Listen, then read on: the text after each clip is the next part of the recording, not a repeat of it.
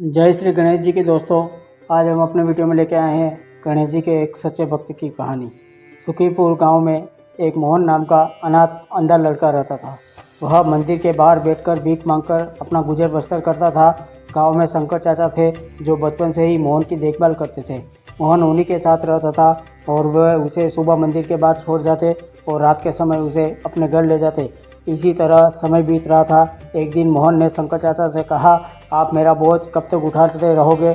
आप बचपन से मेरी देखभाल कर रहे हैं। मैं आप पर और बोझ नहीं डालना चाहता। आप मुझे मेरे हाल पर छोड़ दीजिए। शंकर चाचा ने कहा कि तुझे अपना बेटा मानता हूँ और तू मुझे छोड़कर जाने की बात कर रहा है। अगर तेरी जगह मेरा सगा बेटा होता तो क्या मुझे छोड़कर चला जाता?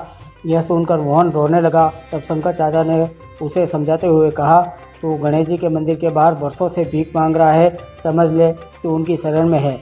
उनकी पूजा किया कर, वे ही तेरी रक्षा करेंगे।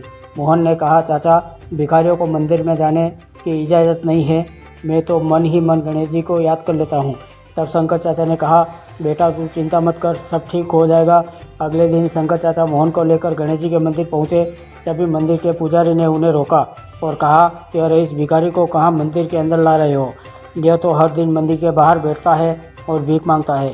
इसे मंदिर के बाहर ले जाओ। शंकर चाचा ने कहा, क्या भिखारी इंसान नहीं होते? उन्हें पूजा पाठ करने का हक नहीं होता? तुम कौन होते हो इसे पूजा करने से रोकने वाले? इस पर पुजारी बिगड़ गया और उन्हें मंदिर से बाहर निकाल दिया। तब मोहन ने चाचा से कहा, आप रहने दो, मैं यहीं भगवान की पूजा कर लूँगा। आप मुझे अंधे के लिए झगड़ा मत करो। कहीं पुजारी गुस्सा आ गया तो यह मुझे मंदिर से बाहर भी बैठने नहीं देगा। यह कहकर मोहन अपने पुरानी जगह जाकर बैठ गया। मोहन बैठकर भीख मांग रहा था। तभी उसे किसी के रोने की आवाज़ सुनाई दी। उसे लगा कोई बच्चा रो रहा है। उसने टटोलते हुए पूछा कि कौन हो तुम और क्यों रो रहे हो? तब उस बच्चे ने कहा, मुझे भूख लग रही है और मैं मंदिर के पास की दुकान से बहुत अच्छे लड्डू देखकर आया हूँ। लड्डू खाने की इच्छा हो रही है। मेरे पास पैसे नहीं हैं। मोहन ने कहा, कोई बात नहीं, तुम मेरे से पैसे लेकर लड्डू खरीद कर खा लो। यह कहकर मोहन ने अपने पैसों में से 5 रुपये उसको निकाल कर दिए। कुछ देर बाद वह लड़का मोहन के पास आया और बोला कि मैं 2 लड्डू लाया हूँ, एक आप खा लो। मोहन ने कहा, नहीं, तुम दोनों लड्डू खा लो। और तुम्हारा नाम क्या है? उस बालक ने कहा, मेरा नाम गगन है, पास ही मेरा घर है। मेरे माता पिता सुबह काम पर चले जाते हैं, मैं मंदिर में खेलने आ जाता हूँ। यह कहकर वह बालक चला गया। अगले दिन से हर दिन वह बालक आता, मोहन उसे 5 रुपये देता और वह लड्डू खाकर चला जाता। एक दिन वह बालक आया तो उसने मोहन से कहा, तुम मेरे को रोज़ 5 रुपये देते हो, कभी मना नहीं करते। तब मोहन ने कहा, गगन मैं गणेश जी को लड्डू का भोग लगाना चाहता हूँ, लेकिन हम भिखारियों को मंदिर के अंदर जाने की इजाज़त नहीं है, मंदिर के अंदर नहीं जाने देते हैं। तुम लड्डू खाते हो तो मुझे ऐसा लगता है जैसे गणेश जी ही खुद भोग लेने मेरे पास आ गए हैं। तुम रोज़ आया करो, मैं तुम्हारा इंतज़ार करूँगा। इसी तरह समय बीतता रहा। एक दिन गगन ने मोहन से कहा, अब मैं तुमसे मिलने और लड्डू खाने नहीं आ सकूँगा, मेरे माता पिता दूसरे गांव जा रहे हैं। तब गगन ने कहा, अच्छा ठीक है, तुम मेरे साथ घर चलो, मेरे माता पिता से बात कर लेना, अगर वे मान गए तो मैं रोज़ लड्डू खाने आता रहूँगा। मोहन गगन के साथ चल दिया। काफ़ी दूर चलने के बाद उसने पूछा, गगन लगता है हम बहुत दूर आ गए हैं, तुम्हारा घर कहाँ है?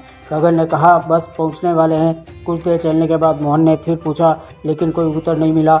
मोहन ने पुकारा, गगन गगन तुम कहाँ हो? लेकिन कोई जवाब नहीं मिला। मोहन घबरा गया। तभी उसका पैर किसी पत्थर से टकराया और वह गिर पड़ा। उसके सिर में तेज़ दर्द हो रहा था। वह उठा और उसने आँख खोलकर देखा तो सामने गणपति जी खड़े थे। मोहन उनके पैरों में गिर गया। गणेश जी ने कहा, मोहन तुम्हें मंदिर नहीं जाने दिया गया, इसलिए मैं अपना भोग लेने हर दिन तुम्हारे पास आता था। इतने गरीब होते हुए भी तुमने मुझे हर दिन लड्डू का भोग लगाया। आज से तुम गरीब नहीं रहोगे, तुम्हारा घर धन धान्य से भरा रहेगा और कोई तुम्हें दर्शन करने से मना नहीं कर पाएगा। यह कहकर भगवान वही अंतर्ध्यान हो गए। मोहन की आंखों की रोशनी वापस आ गई। वह अपने घर आ गया। वहाँ उसने देखा एक कोने में सोने चांदी के ढेर लगे हुए हैं। अगले दिन मोहन ने नए कपड़े पहनकर शंकर चाचा के साथ मंदिर जाने लगा।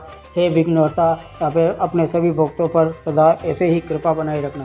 जय श्री गणेश।